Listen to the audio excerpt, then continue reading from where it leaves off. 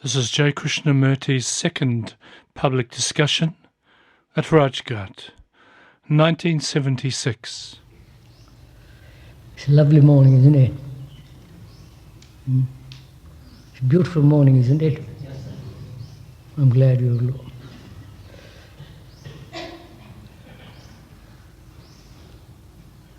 There have been several questions put in writing and other ways. How does one reach that cosmic consciousness? And it's so difficult to have attention. And is thought, if thought is a material process, then how can that come to an end without the exertion of further thought? And so on. Great many questions of that kind have been put. The speaker is one of those perhaps unfortunate people who have not read any of these things. The Upanishads, the Gita, all the books on yoga, and so on, so on. It may be an advantage or a disadvantage. But I think, apart from all that, I think it's very important, if I may point out, that knowing oneself as one is, knowing oneself is the basis of everything. Basis of all your questions, and there you'll find all the answers, because you are the history of mankind. Perhaps you don't believe it, or perhaps you don't see the actuality of it. So you are inquiring all over the place, through the books, through gurus, through cantankerous gurus, who have fancy about themselves. You're doing everything, wandering all over the place. Some people come from America to find truth here, or go to Japan and become monks in a Zen monastery, and so on and on and on. Always searching out there, and trying to find an answer out there. But I think it's very important, before you begin your search, if you must search, which I question, you must know yourself thoroughly, completely. Not according to the Upanishads, the Gita, or the whatever books there are. Not according to some philosopher. Not according to some yogi, some guru, some psychologist, analyst, but to see and inquire what you are. I think that is the basis of all beginning. If you don't know yourself, not according to anybody, but actually know yourself as a movement of yourself, you may inquire into the cosmic consciousness. You may attend all the meetings and all the do all the tricks of yoga and all that. You'll find, I'm afraid, you're going up leading to illusion. So first thing is to know yourself. Would you go concede that? That you must know yourself, what you are, how you think, what your motives are, what is a particular direction you are going, why you have chosen a particular direction, the total structure and the nature of yourself. Most people are not willing to do that. You're not willing to do that because that requires great precision. You must observe very clearly. You must inquire freely into yourself, not according to somebody, however ancient or however modern. So, if we can begin to inquire into yourself, what your mind is, why you get angry, why you have fears, why you have anxieties, what you follow the whole movement of yourself. Not inquire into the higher self, which may be Tommy Rod, because that may be the invention of your own thinking. So, you must begin where you are, actually what you are. So if you are willing, this morning, we can start with that. How to look at yourself. May we? Yes, sir. Go ahead. Would it interest you? Now be careful. Don't be casual about it. Sir, before you start, I was asked by some of the campers who have been reading your books for a long time and who have a few questions, only two in fact, because they are all interrelated, which I was asked to formulate.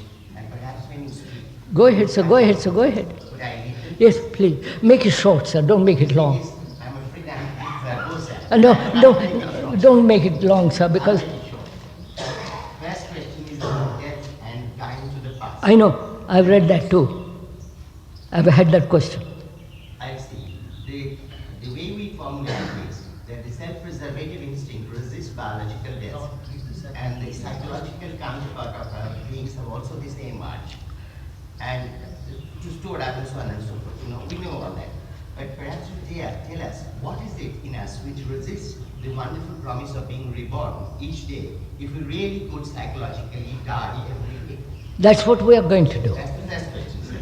And the second one is the transformation of consciousness and the transmutation of the brain cells, which is not a matter of time. That I'll go into all that. We'll go into all these questions about death. You see, you never ask a question about love. It's very curious, you Indians. No, sir. You never ask, please forgive me, about love, compassion, and beauty. You asked me to be brief, sir, so I can't all that. I'm going to go into all that. So we are going to consider all this. First, I want to find out what I am.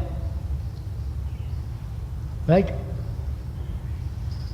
Otherwise, you have no basis of real observation. Right? Because you may be observing some illusory thing. So we must begin with ourselves. Can we do that? Will you do it? We'll do it together, right? Please, I'm not doing it for you. Please, let's clearly understand, I am not your analyst or exposing you to me or I to you. We are together finding out how to look at ourselves. Right? Is that clear? That I am not your guru, thank God. You are not my followers. You are not dependent on me. But together we are going to look and find out how to observe ourselves. Right? Is this clear? Yes. Right. First of all, I mustn't assume anything about myself. Right? Would you agree? I mustn't assume that I am divine, I am God, I am beautiful, ugly, I am noble, I am seeking enlightenment. First I must begin not knowing myself. You understand? Do you see how important that is? Do you see? Because if I know myself, I've already started on a wrong path, on a wrong foot. I may know myself according to some analyst, psychologist, some yoga book or something or other. But whereas if you say, I really don't know about myself, you understand? I really don't know. Actually, I may know what other people have said, what tradition has said, what my grandmother has said. But actually I don't know, observe from my own first-hand observation. So I must start with not knowing myself, right? See the logic, the reason of it. Not just accept it, but see the reason of it. It's like going to a class of engineering or mathematics. You don't know. So you go there with a fresh mind, learning, acquire, you follow? So you begin by not knowing yourself. I wonder if you see that. See the importance of it. Will you start that way? Or you have already tremendous knowledge behind you about yourself. And therefore, you say, yes, I am God, I am this, I am that. And you follow, that knowledge will prevent you from looking. That's simple, isn't it? Huh? Maybe I may say so, sir. say it simply, sir. I see you clearly.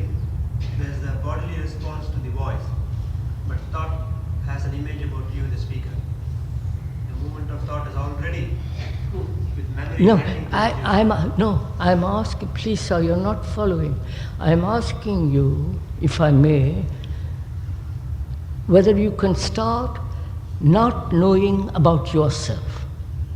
Not you're creating an image about me or you about me, but in order to understand myself, yourself, it's very simple, this. I don't know why you...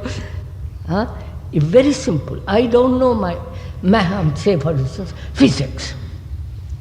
I've never studied physics. I go there to learn. Now, here, if you start already knowing about yourself, you don't learn. Or you may add to what you know. So, don't have to put your hand, please, sir. Let him, sir, let him say. Please, let's listen to each other. I will listen to him, so have the courtesy of listening to him. I am not the only person talking here. This is a dialogue. It was in that spirit that I wanted to ask. Sir, when we are studying physics or algebra or something, now we really know nothing. That's all I want. Unfortunately, we already have such positive notions. That's sometimes very negative notions. Sir, I know, sir, don't enlarge it, sir. Don't enlarge it. I've understood it. My goodness. That's what I'm saying. You don't come fresh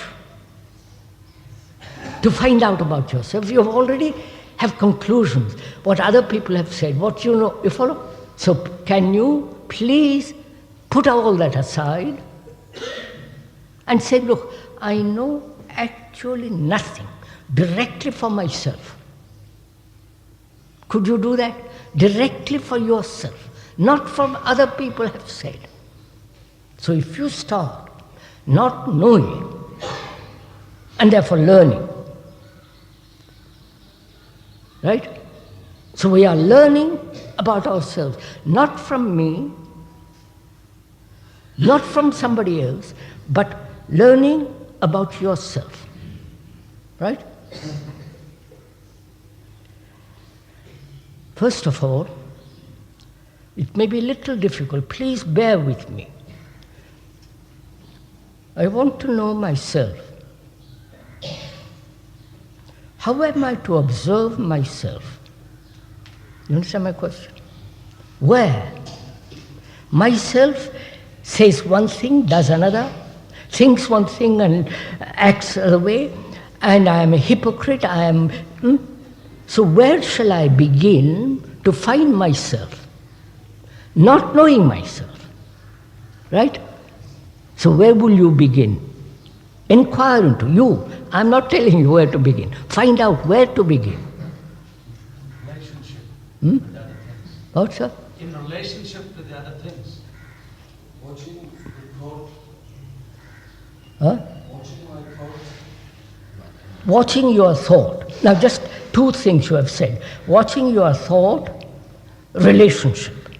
Maybe we take watching your thought first. Now, you say I'm going to watch my thought to find out, not knowing, to find out why I think certain things, right? Right? Why I say certain things and don't do them. Why I use words and not act accordingly, so on, so on. So, watch your thoughts. Wait a minute. Please listen. When you watch your thought, is the watcher different from the thought? Please, don't find out, learn. Look, the word school comes from Greek, which means leisure. You understand? It's only when you have leisure you can learn. So we have leisure now.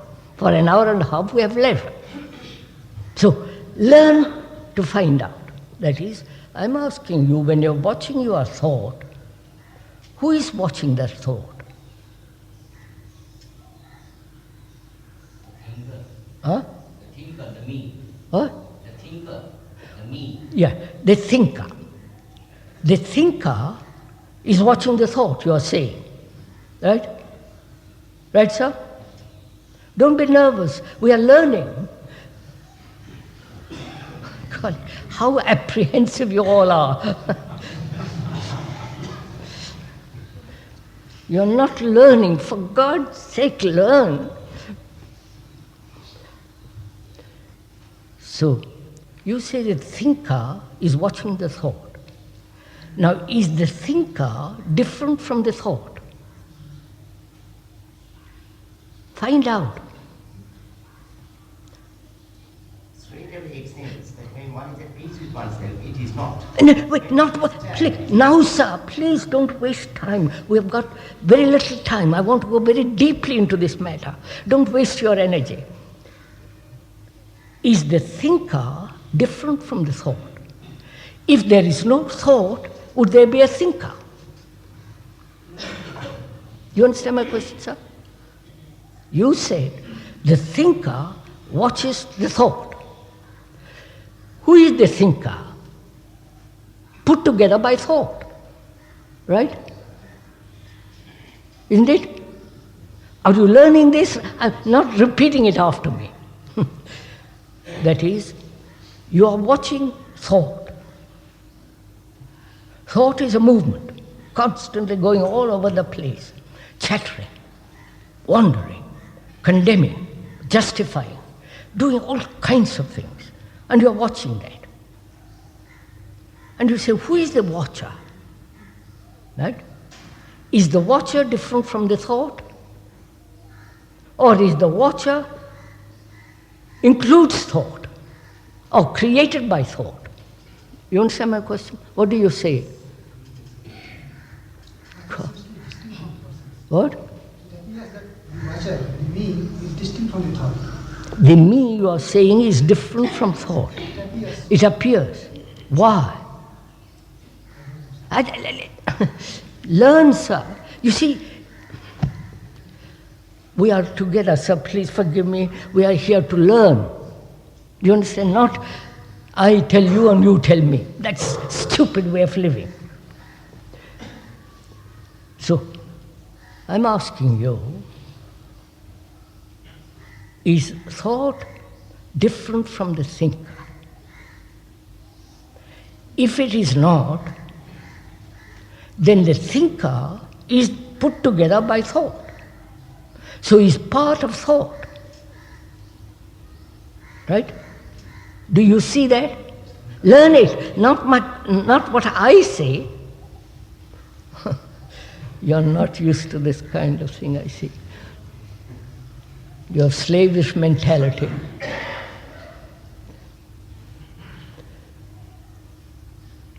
Look, sir, you say me is different from thought.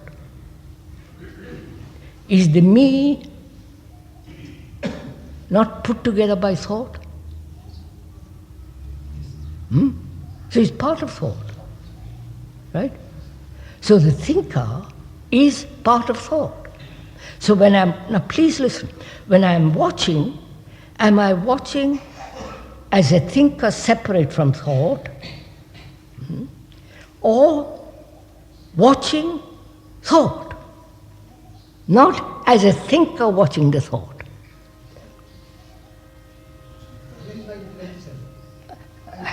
Have you understood what I said, sir? Here is my difficulty. When I watch at my thought, I feel that I am the watcher and I am looking at thought. Yes. As if I am seeing certain things going on. That is,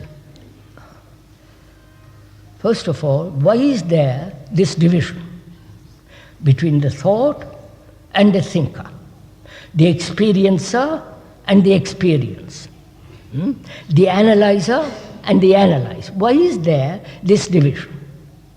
Explain to me. Go into it. Learn, find out. Why is there this division between the Arab and the Jew, between the Hindu and the Muslim, between the Buddhist and Hindu and Christian? Why? Why is there this division? How has it come about? Comes through thoughts, sir. Huh? Dualism of thought. What? It is creation of thought, dualism. You're sure of that? Wait, you're sure of what you're saying? And now, this is, you see your own son. When the thinker is there, the thought goes away. When the thought is there, the thinker goes away. Oh, for God's sake. You're not, sir, you're not learning, you're just stating. Look, I'm the professor of physics.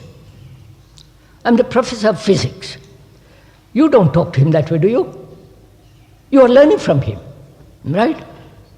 So we are learning together. We're on the same level. I'm not sitting on a platform, I'm sitting on a platform for convenience, right? Because we can all see each other. We're on the same level. We're trying to find out, when you say, I'm watching thought, please listen, I'm watching thought. Now I say to myself, who is this watcher who is watching? You understand? Is the watcher different from that which is watching?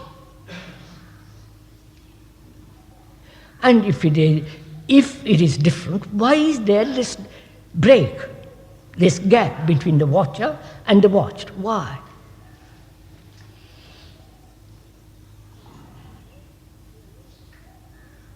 Now I'll go into it. You will see it for yourself. Learn.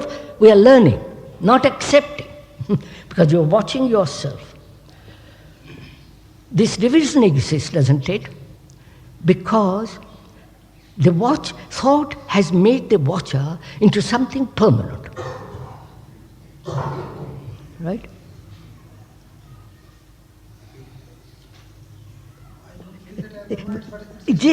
Listen, find out. Not what you feel. Who cares what you feel? What is actual, not what you and I feel. You see, you're not learning. God. You bring in your personality, what I feel. What you feel may be totally wrong. So be open to it. Let go.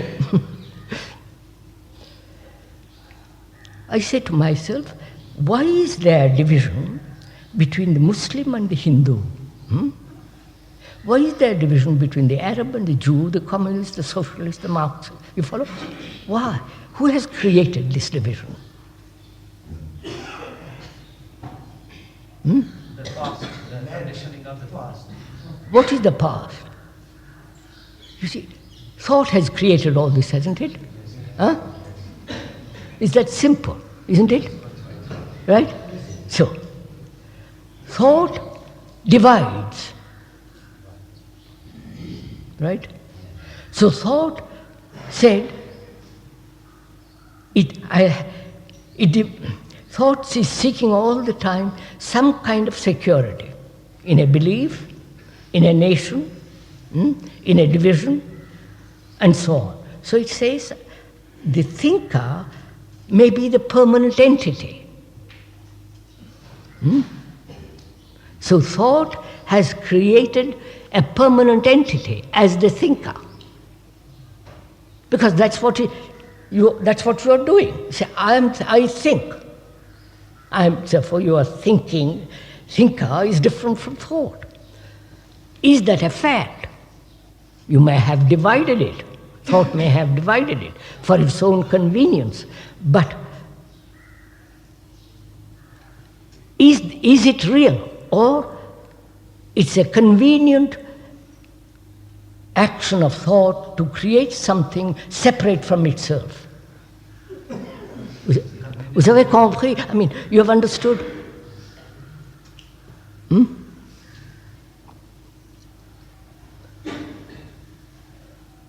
a convenient action of the thought to create a separate entity. You haven't understood. Look, sir, you have an experience, don't you? You have experience, don't you? Is your experience different from the experiencer? Because the experiencer, when he says, I have had an experience, he must recognize the experience, mustn't he? So you must have already known it to recognize it. So the experiencer is the past. And the experience may be the present. So he translates the present in terms of the past. So this is, you are not used to all this. How are you going to learn anything?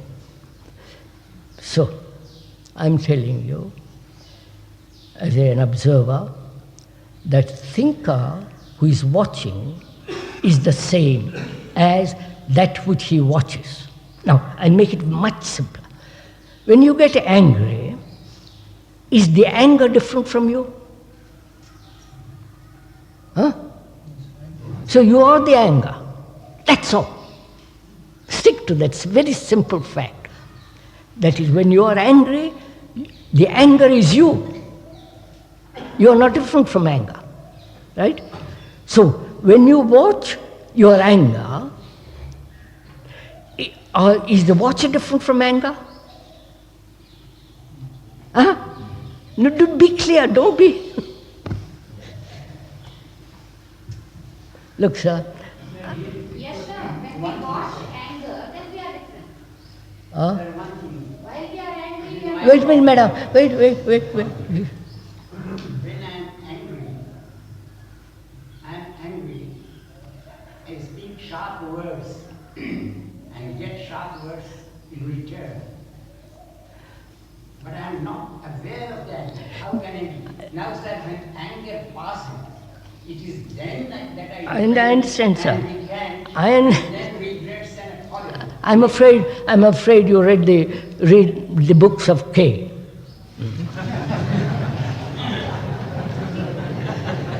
And are repeating it.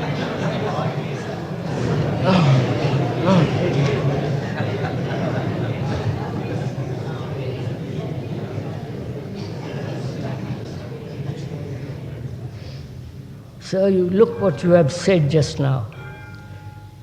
When you are angry, that anger is not different from you. Be clear on that point. The anger is you. Now, you are watching anger. So you are anger. So there is no division between you and anger. So the observer is the observed. Right? That's clear, isn't it? Have you, clear? So, I'm watching my thought. And I'm watching it not as an observer, because I'm watching it. So how am I watching it? How am I observing it? Am I observing it as an outsider looking in, or only observing without the observer?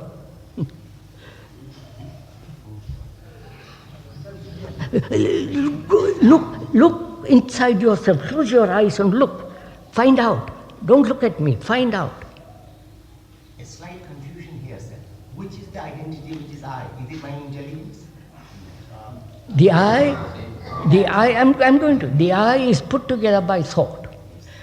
My name, my form, my qualities, my culture, my social status, my social lack of status, the monetary conditions, the environment, all that is me. Right? That me is not something extraordinary. That me is put together by thought.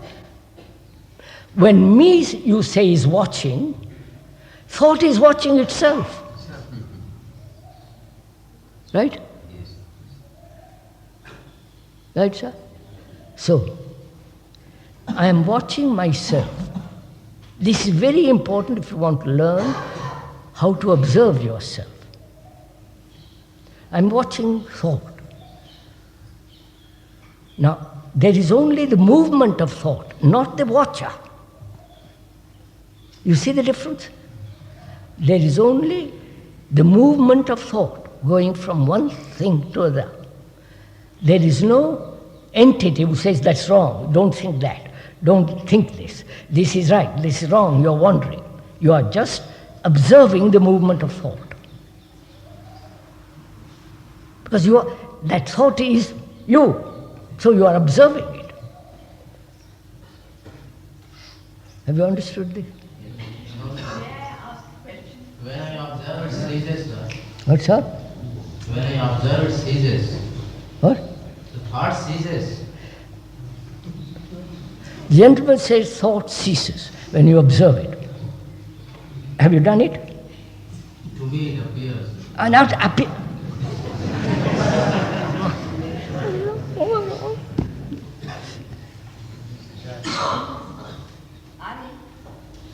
I'm listening, Krishna, and we accepted very easily the statement, I am not separate from anger. I know. I am not separate from anger, I am anger. And that in observing without the observer is one of the... Now, I am saying, one is a statement, the other is observing. I'm going to go into that. I'm going to go into that, if you don't mind. In the place of statements. Sir, can you observe me sitting here without the reputation? Wait, just listen. Without the reputation, without having read the books, without doing all the, propaganda that goes on. Can you look at me without any of that? No. That's it. That's it, that's all. So the picture to you is more important than the fact.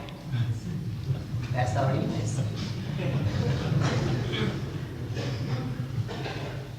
So I say to you, break the picture and look at the fact.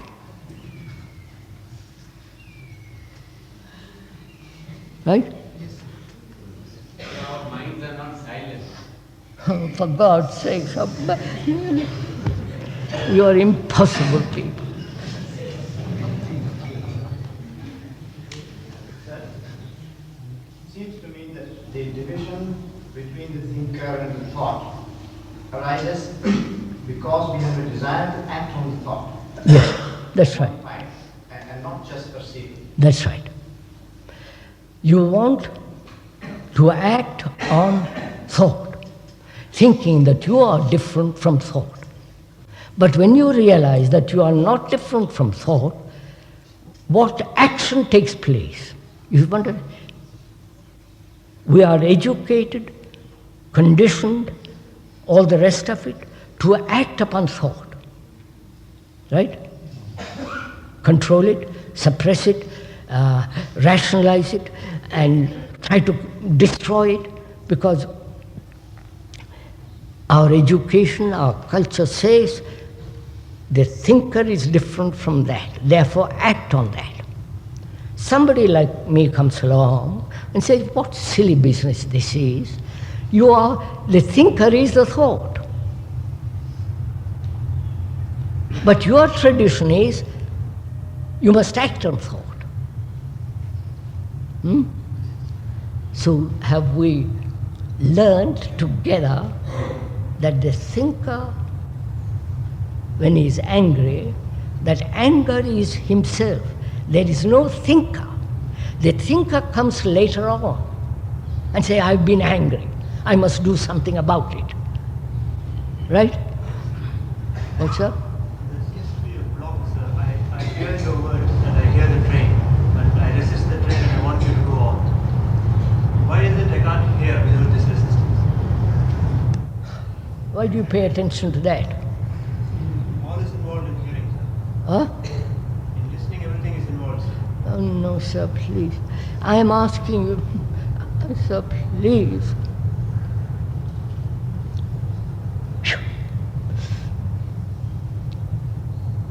So if you don't pay attention, what am I to do? If you are listening to that train crossing the bridge, what am I to do? If you won't listen. So let's begin again. When you are angry, anger is yourself. When anger is gone, has moved a little bit away from you, then you say, I am angry. I have been angry. And so you say, I am different from anger. And then, being different, you think you can act upon anger. Control it, suppress it, rationalize it, or say, I'm justified in getting angry.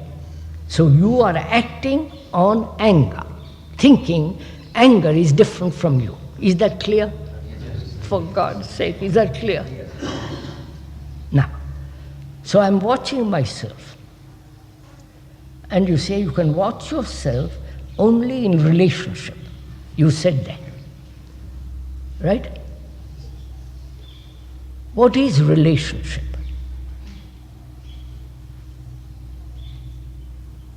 The ordinary meaning of that word, what do we mean by the word relationship?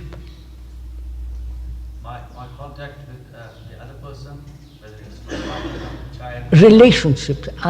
Is my wife, my husband, my daughter, my relationship, my neighbor.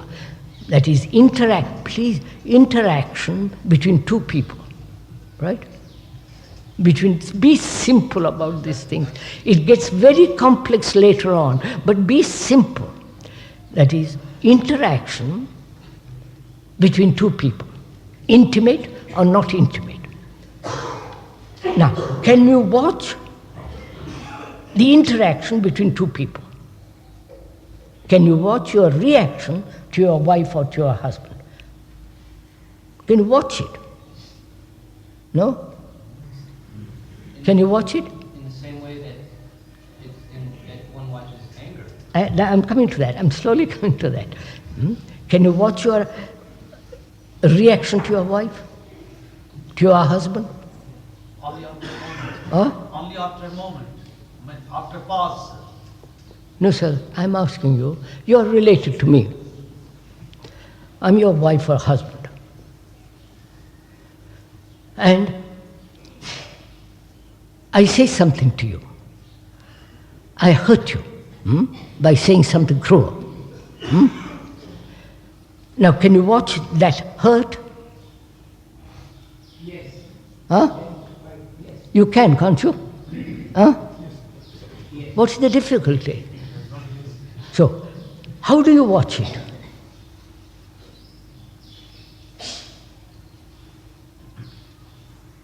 I'm your wife. Yes.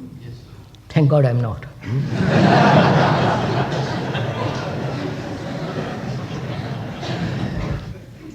I'm your wife, and I say something hard, angry to you. Can you watch that anger?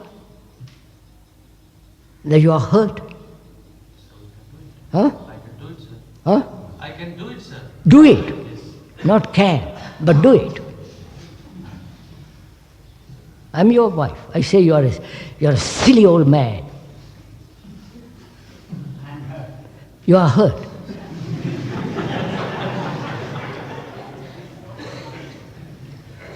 You are hurt, right? Why are you hurt? Because I think something more about myself. That means what? I have sort of an image about myself. That's it. You have an image about yourself, and I have an image about myself. Go slowly, go slowly. And I say, you are a stupid old man, and I hurt that image which you have built about yourself. Right? Right? Now, why are you hurt?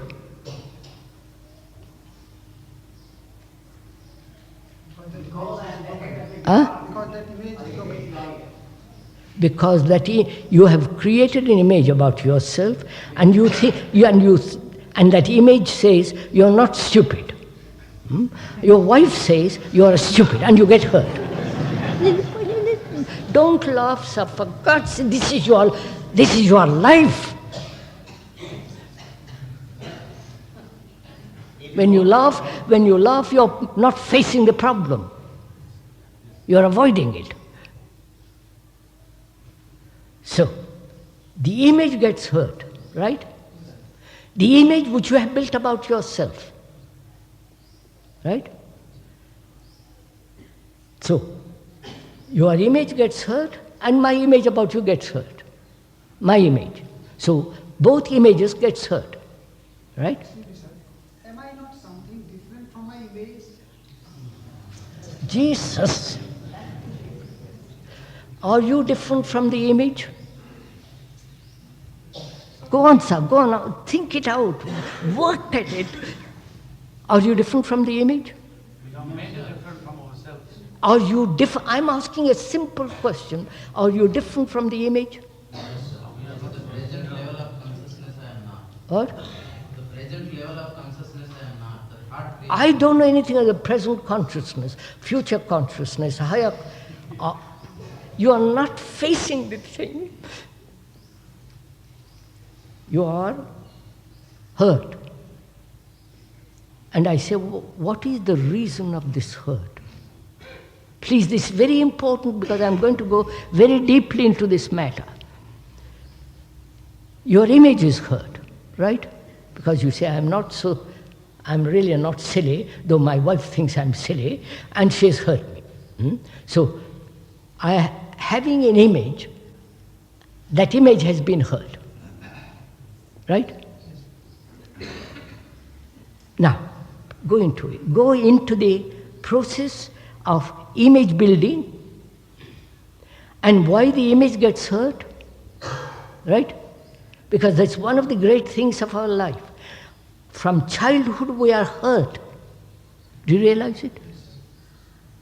Do you realize it, sirs? In school, in college, examinations, comparing yourself with somebody else, it's a deep hurt. If I am married to you and you turn away from me to another woman, I get terribly hurt. I get jealous, anxious, don't you? Huh? Why are you all so silent? Huh? It's only my image about myself. It's also my image about my wife. Of course. You've got two images, for God's sake. You've got two images. An image about yourself and an image about her or him. So you've got two images. When she says or you say something that's hurtful, the image is hurt, right? Now, please, we are learning. Is it possible not to be hurt? You understand? I am asking the question because any person who is hurt becomes violent as a reaction. Any person who is hurt builds a wall around himself not to be hurt further.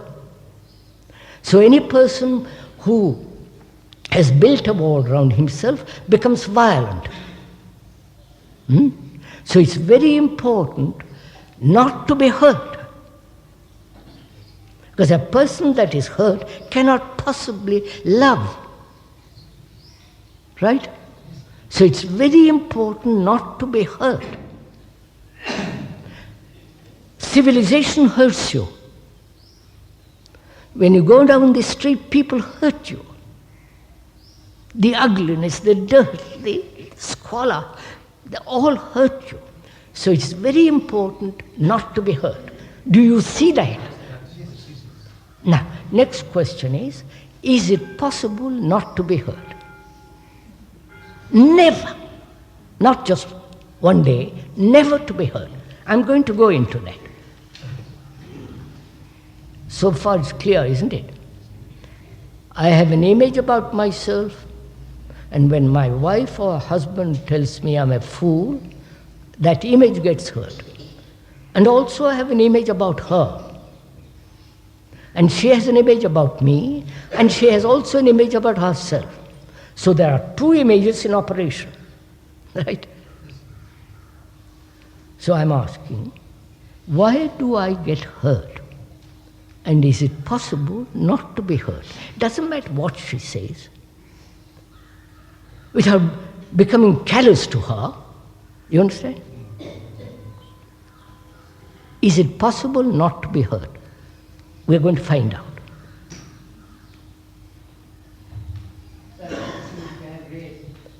In not being hurt, I shall be callous. Unless I am callous, What? I cannot be without hurt.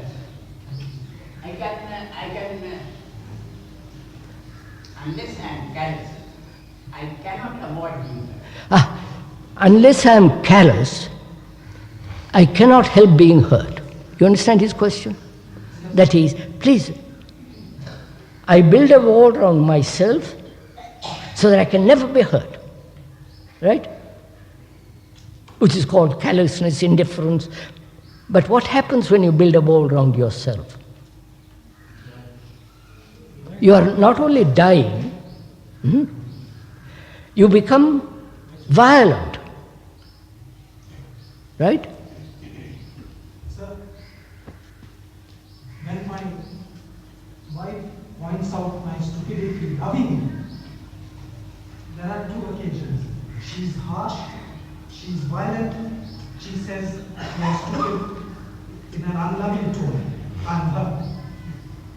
But when she points out my stupidity with affection, it is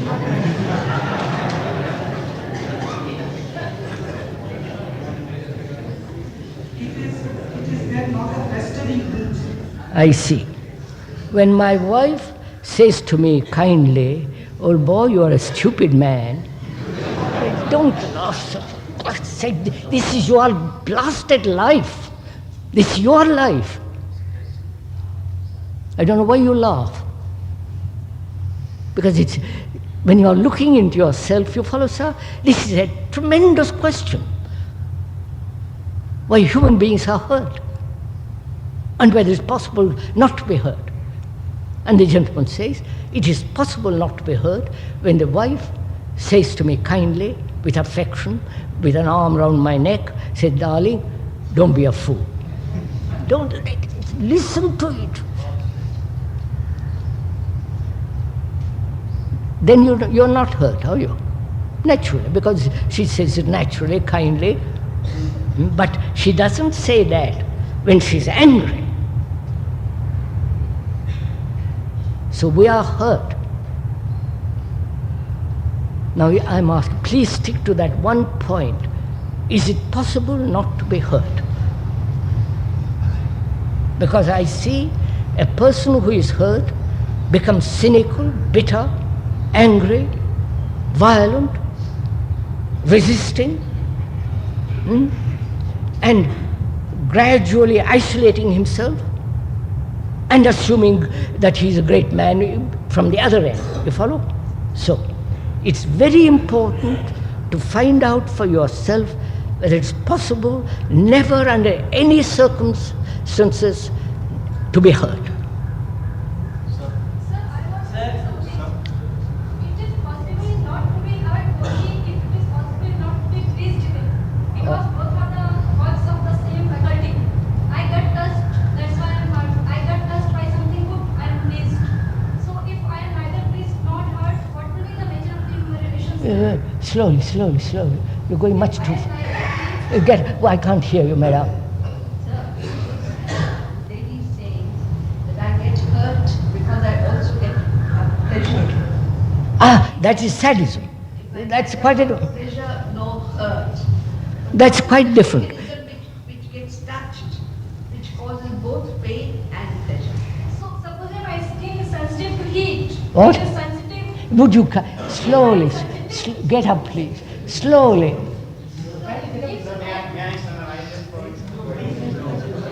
She's saying she gets hurt because she's sensitive. If she were insensitive, she would not be hurt. Is that it? That's what she's saying. Would you mind getting up? Please get up. I get hurt because I have got a sensitive heart, and the same heart makes me pleased also.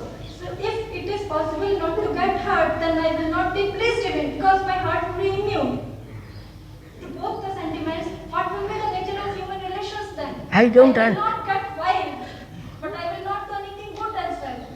Yeah. Would you kindly tell me what she's saying?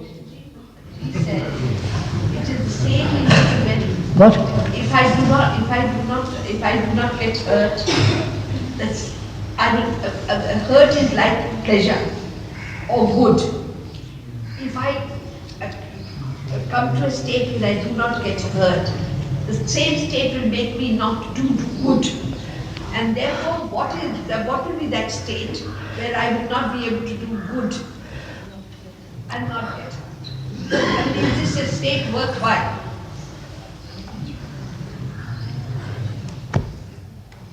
Have you understood the question, sir? I haven't. Wait a minute, please, just a minute.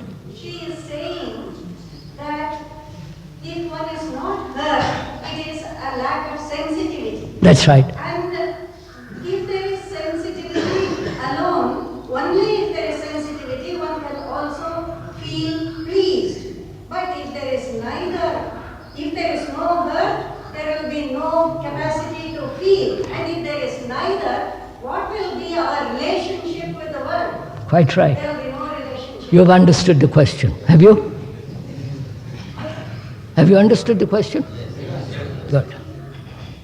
Phew.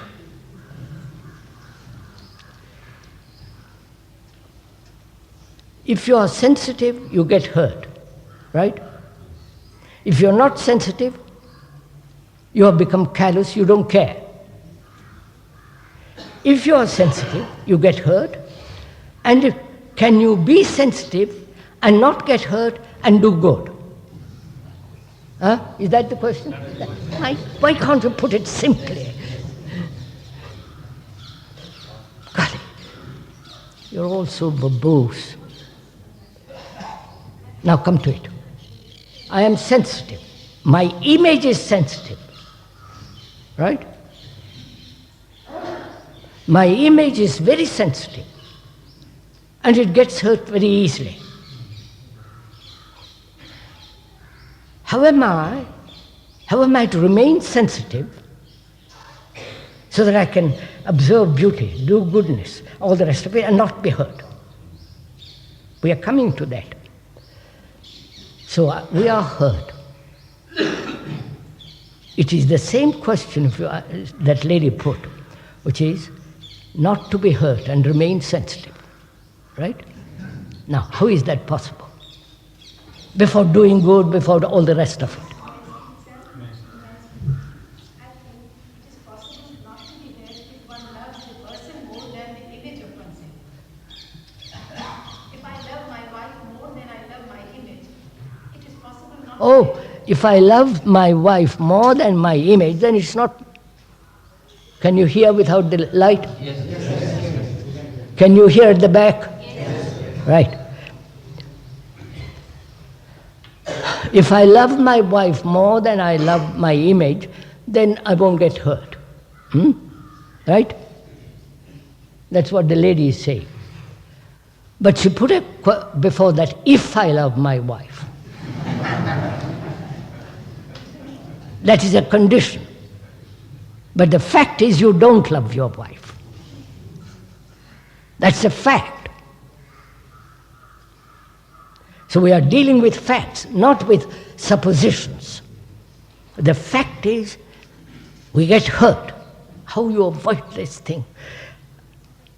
You get hurt because you are sensitive, your image is sensitive.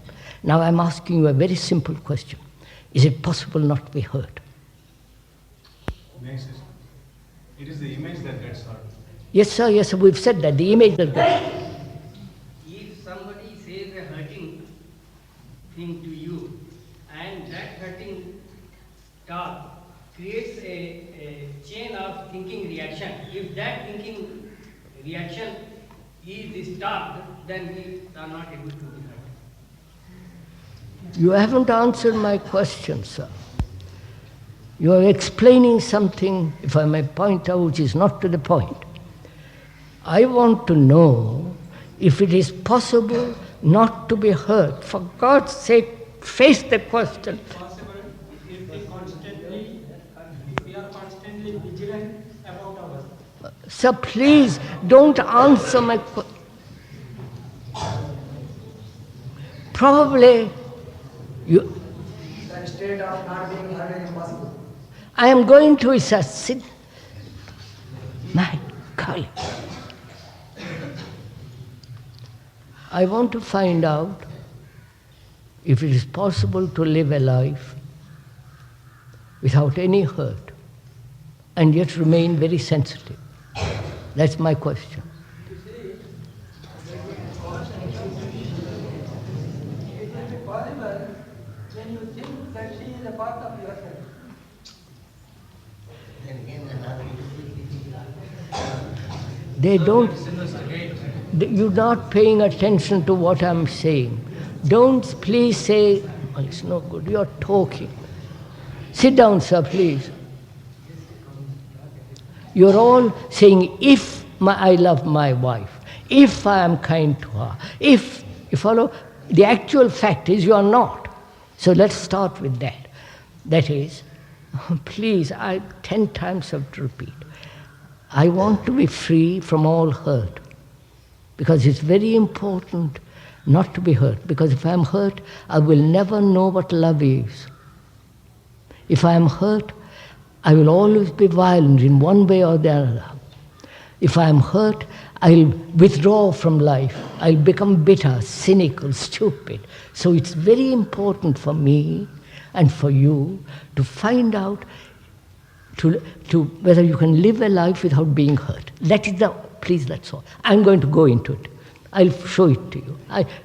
Don't learn it from me, like repeat something which you have heard. Find out from, we are learning. I see that I have an image, two images, about myself and about my wife. I've got two images. When she says something to me, or I say something harsh to her, there is hurt. So, I say to myself, why is there the image at all? Why have I an image about myself? Right? You're following this? That's the first question. Why have I an image about myself? Can I live a life without an image? Then there's no problem. You understand? Can I live a life without an image about myself? Being good, bad, noble, ignoble, depressed, not depressed. You follow? Nothing. No image at all. Don't accept this. One of the most important things in life, not to have an image. But we have images. Why do we have an image?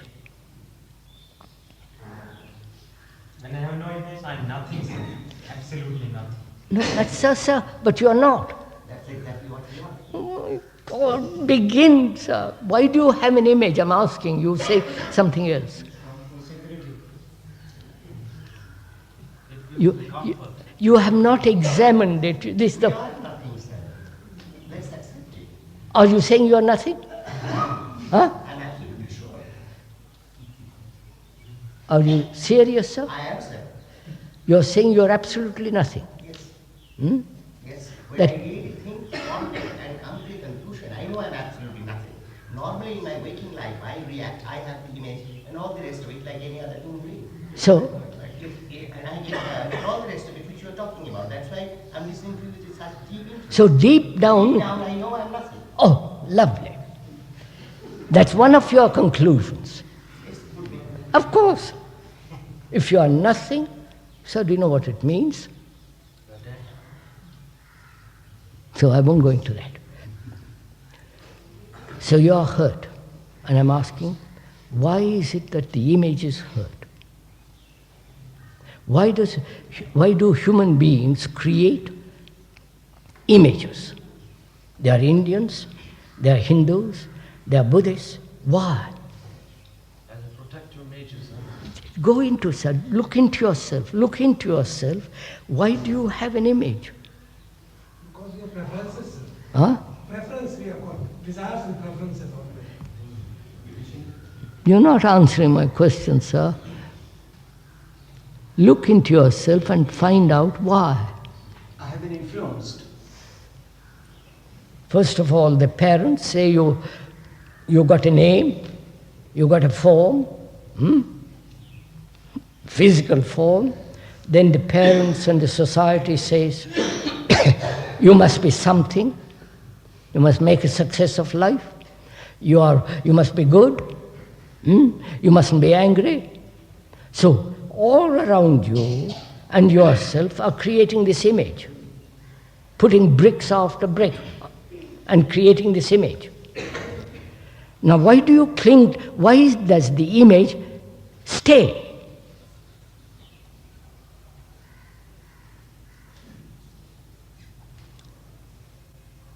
I'm secure with that image.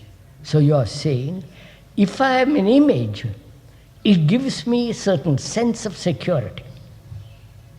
Right? Or does it to you?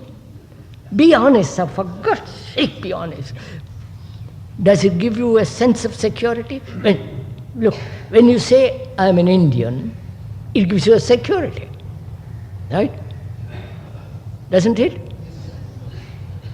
Among a Sikh group or Brahmin group, when you say, I'm a Brahmin, it gives you a certain security. So, the image is built, one of the reasons is because the brain, please listen, the brain can operate only efficiently when it is secure. Haven't you noticed a baby? It must be secure, otherwise it gets frightened. So the mother has to help her, all the rest of it. So the brain demands that there must be security to function properly. So one of the reasons of this image building is the brain, the necessity of security. Now wait a minute. That security may be illusory or actual, right? I may find security in believing in God, but it's an illusion. You're all believers of God? I'm sure of it. So you believe in God because it gives you security. There's somebody watching over you, etc., etc. Or you have ideals, and that gives you security. Future will be all right as long as I live that way, but I am not living that way. You pretend, so on, so on. So the brain, please listen, the brain needs security.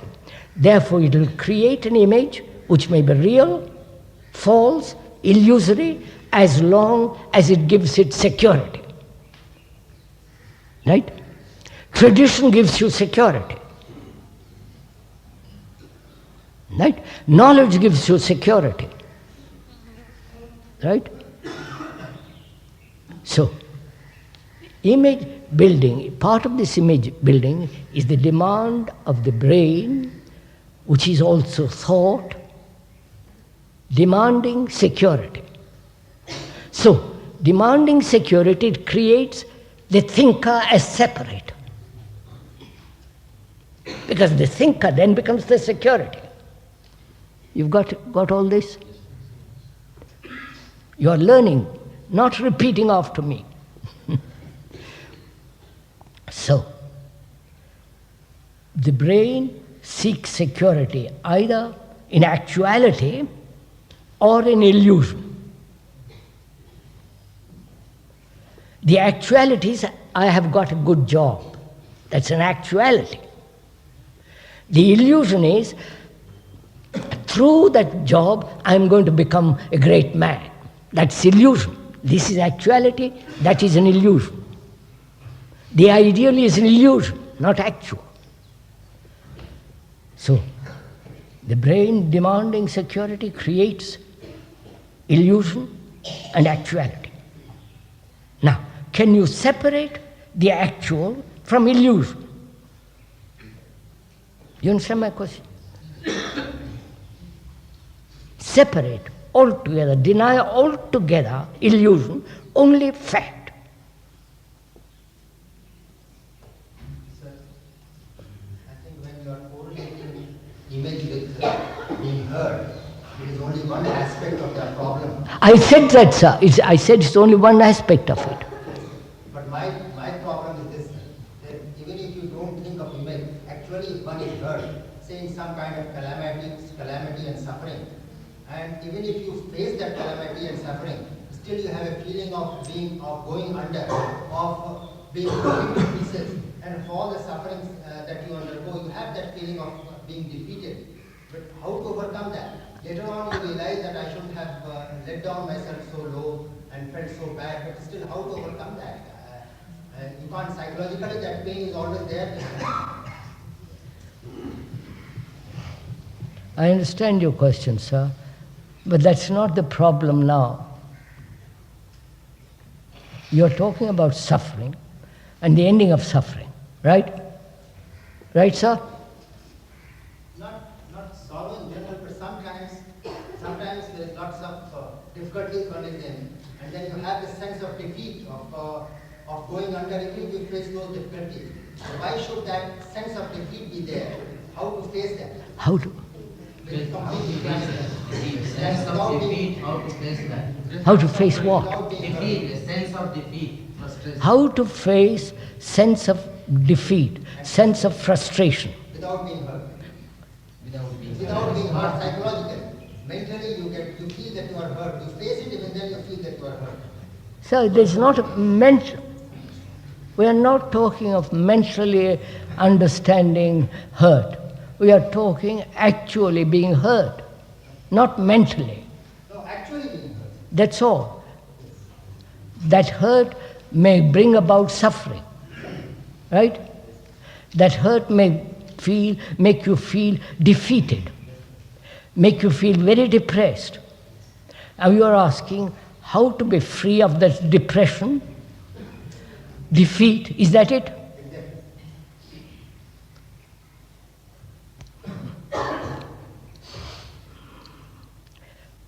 Why are you feeling defeated?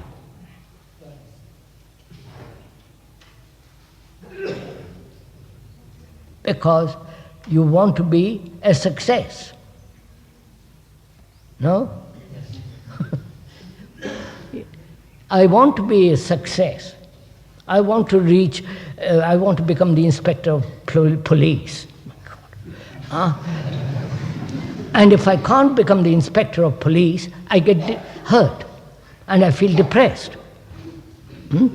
But first, why should I want to be the inspector of police? Because it's a position, prestige, money, and big stick. So I like that. So I have set an ideal for myself, You understand? I've set an ideal for myself to be the inspector of police. What an ideal. Huh? And if I can't achieve that, I get depressed. Don't become the inspector of police. I think it's not quite that. For instance, I'm walking and there is I've got a thorn in my leg. I'm feeling the pain of it. I'll put it another day. Next time I'm walking and my feet is cut, I'm amputated. Now, even if I face that suffering at the same time, and I try to be part of it, but psychologically all the time that thing, that going under, that feeling of defeat is all the time there, that look here, I've lost my feet, or I'm undergoing this kind of suffering. How to overcome that kind of psychological defeat? That is so. You're walking in the wood and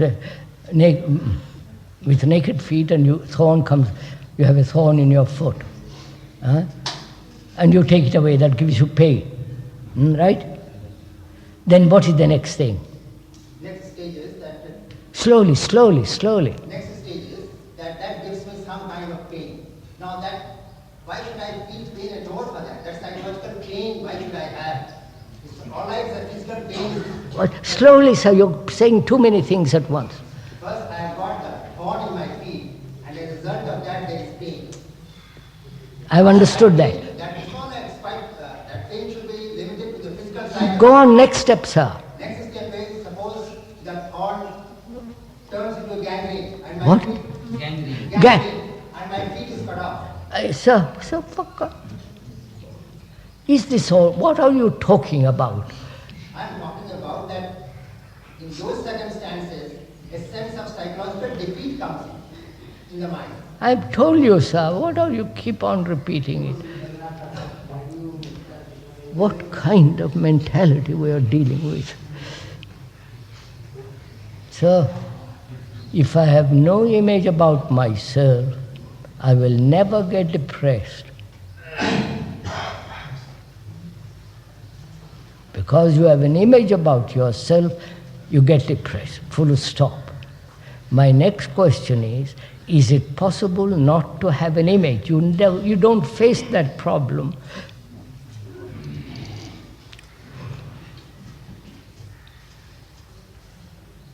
Will you face that problem? Will you ask yourself, is it possible to live a life right through till one dies, not to be hurt? It's the most beautiful thing not to be hurt. You understand, sir? Then you have a mind that is completely innocent, fresh, but you're not interested in all that. So, find out, is it possible not to be hurt? Ask yourself. If you ask yourself... Only when the me is not there. What, sir?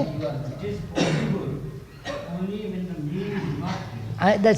I'm asking you that, sir. Have you put that question? Don't say if the me is not there, I will not be hurt. But the me is there and you will be hurt. That's a fact. Therefore, put this question to yourself and say, is it possible for me, for a human being like yourself, never to be hurt? I'm going into it, sir. And the gentleman says there, it is not possible. Sir, I'm not able to ask this question of my own self with intensity. I'm- When I want to ask myself this question, I'm able to do it, sir.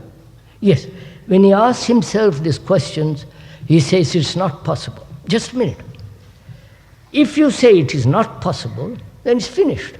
You keep your hurt, and you will be hurt. Wait, sir. If you say it is not possible, there's no way out of it. You remain, you have blocked yourself by saying it's not possible. Just a minute, sir. Or some say, yes, it is possible. Both they don't know. Right? Both don't know. So, start with saying, I don't know how to resolve this problem. Become humble.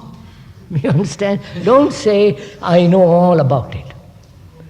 I don't know how to end this hurt. Please help me. Let's go into it. You're not in that position. You say, yes, there's me, as long as me, I'm there, I'm this. So begin with saying, I don't know how to resolve this problem. Right? That would be the most sane, rational statement.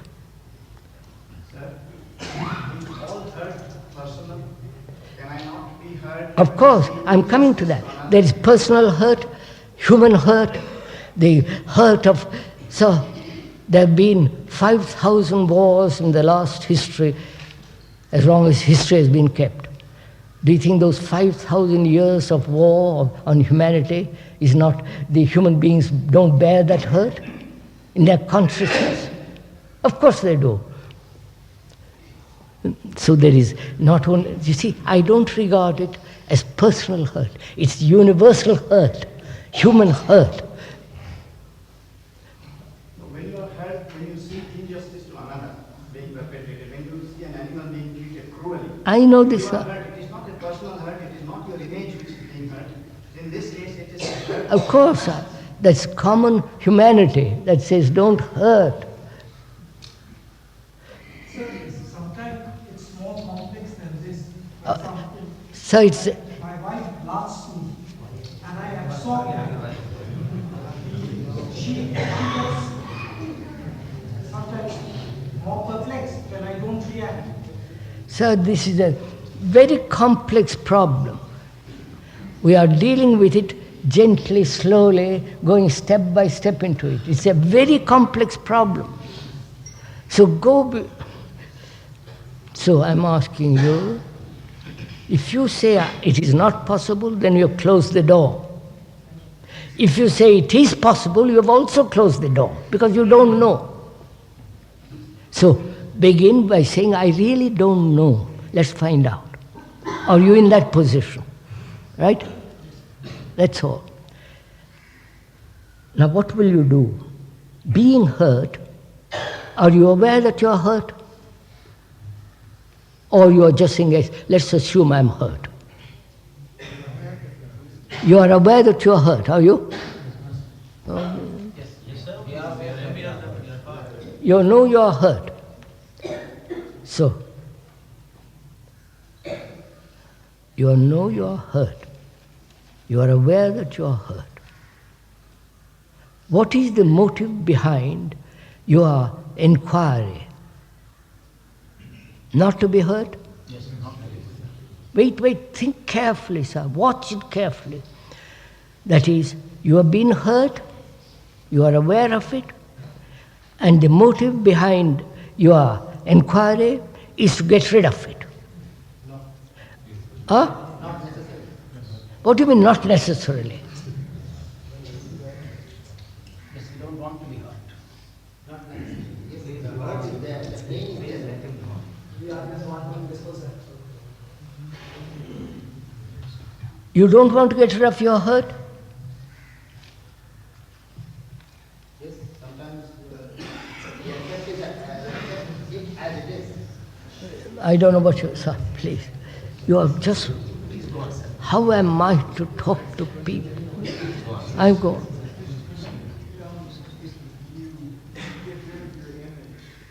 Thus the hurt. Is this necessarily kind of that you move into the experience of intensity? I haven't heard it, sir. If you get rid of your image, does this necessarily... Will you get a... Sir, I can't hear you at all. If you do away with the image of yourself, and thus the hurt, does this necessarily connote an experiencing of that love, that intensive love, just by getting rid of the image? So love, we'll talk about love presently. Now, sir, just listen. I know I'm hurt, and I say, what is my motive? Is it to get rid of it? You understand? If my motive is to get rid of it, I've already set a direction to to the fact that I am hurt. I already know that I want to get rid of it. You understand what I'm saying? As long as I have a motive, I'm giving a distortion to the fact. Right? So you've understood that? The fact is I'm hurt. My motive is to get rid of it. So I am approaching it with a prejudice.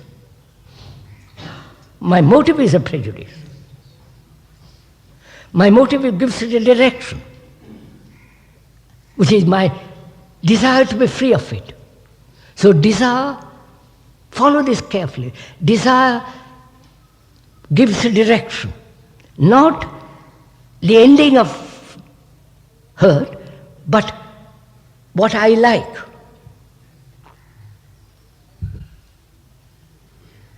Right? So, are you free of a motive when you inquire into the possibility of being free from hurt? You understand my question? As long as I have a motive, I'm clouded my eyes. Right? If I have motive, sir, to love you, in my love for you, if I have a motive, it's no longer love. Right? If I have motive, say, you give me food, you give me clothes, you're so kind, you give me sex, you give me this and you give me that, and therefore I love you, you kick me out of, right? You throw me out. That's not love. So as long as I have a motive, there is no love. So similarly, if I have a motive in wanting to understand the nature and the freedom from hurt, I am already decided by the motive that it should be this way or that way. Got it? So can the mind be free of motive? You see how complex it is now? Can I look and examine, watch my hurt without any motive?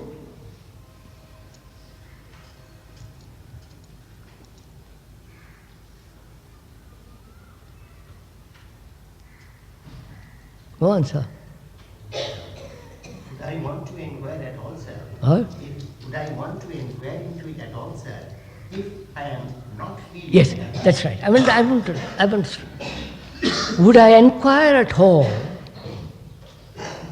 into the whole question of hurt if I have no motive? It requires attention, great attention. Just listen to that question before you answer. Listen to somebody with equal grace, with equal politeness and affection. That gentleman says, would I inquire if I have no motive? Now wait a minute. Answer him. No, I won't give. Huh? I have no motive, I won't. Of course not. So you start your inquiry with a motive. So your inquiry is already in the wrong direction. That becomes a paradox. It is a paradox. Therefore, find out to look without a motive. So remove your motive. Push it away. What is your motive? To be free of hurt. Huh? Why? Because you think you live a most marvelous life if you have no hurt. But the pain was the initial mover of the mind in the first inquiry. The initial mover is hurt itself, not your motive. For God's sake. His mind themselves to understand the nature of hurt is also motive. No. The hurt itself says, remove me. No, when you have toothache, you don't say, you don't argue this way. You go to the dentist. The very hurt demands that you be free of it.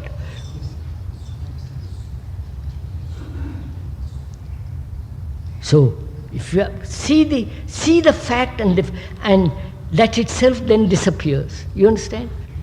If I see danger, that a motive will not solve the problem, then I remove the motive because I want to solve the problem. If there is a danger of a precipice, I don't argue with a precipice, I move away. So I see the danger of having a motive. So go, because it is dangerous, it disappears. Is that so with you? Do you see it actually as a danger? Why don't you?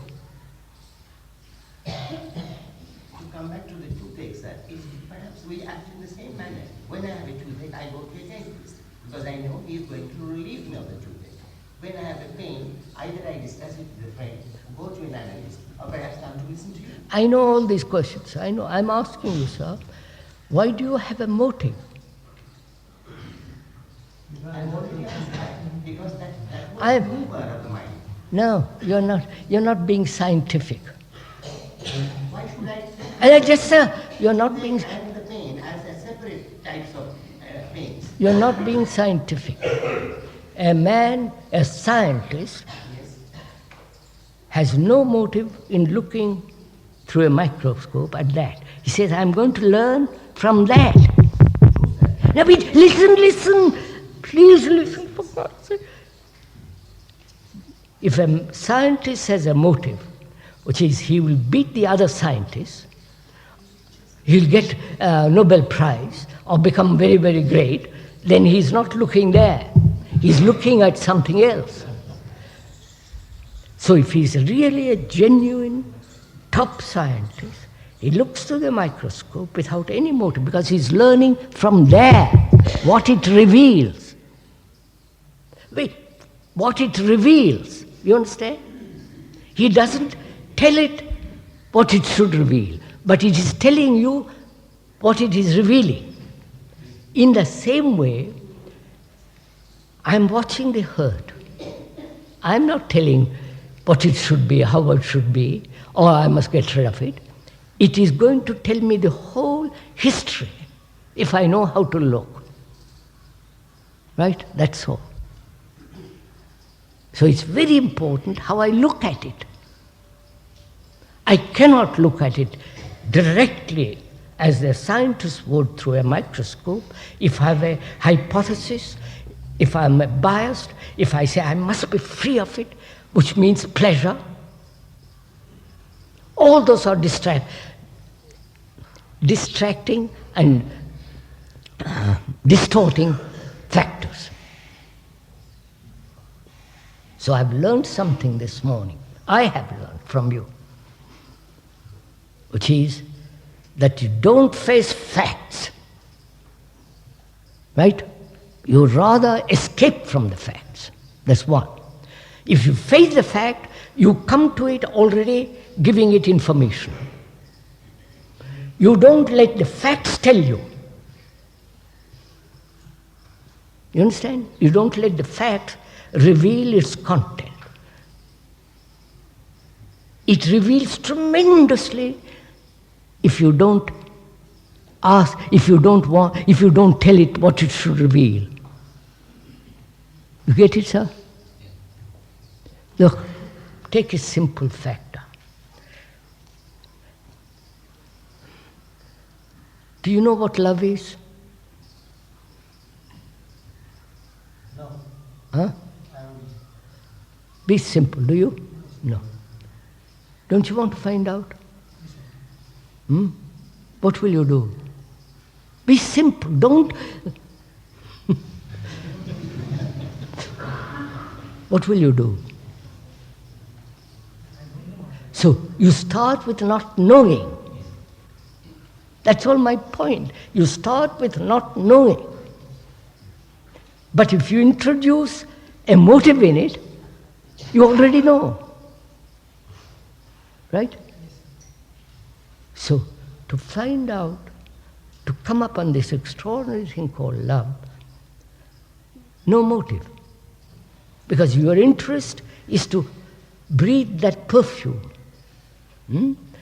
You cannot breathe that perfume if you have a motive. So, the intensity of your Observation puts aside your motive. You don't have to fight the motive. You understand what? Sirs, what have you, if you sit quietly, what have you learnt this morning? If you're honest, what have you learned? Yes, sir. And move from there. Know nothing. And then what? What have you learned? What, sir? Have you learned that? It's in your blood? Or just here? We cannot find out anything if we start out with energy. But as you said, sir, well, I want to inhale the perfume of it. Isn't that also paradoxically enough? No, sir. No, sir. I know nothing. Look, sir, don't complicate. Keep it simple, sir. It becomes terribly complex later. Keep it simple.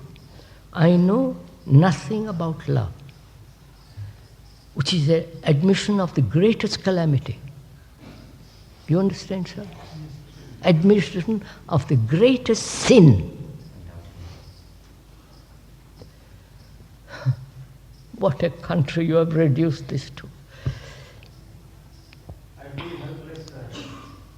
Just a minute, sir. So, I want to, not knowing, I've lived in an ugly life and a stupid life. I've wasted my energy, years in not knowing that. So I say, how am I to find out? Not knowing. So I say, is jealousy love? So wipe it out. Not just go on playing with it. Is competition love? But you're all competing. At home you may not, but in the office you are. Or in your profession or your career. When you're ambitious, there is no love. But you are ambitious. So wipe out ambition, competition, you follow? Wanting to be a powerful position. Then you have, perhaps you'll get it. But having all these things, you want to add some more to it. Right, sir? Yes, sir. Why should we seek love? Why should I seek love? Why should I not seek? Why should you love? Huh? Are you seriously asking that? Huh? Don't.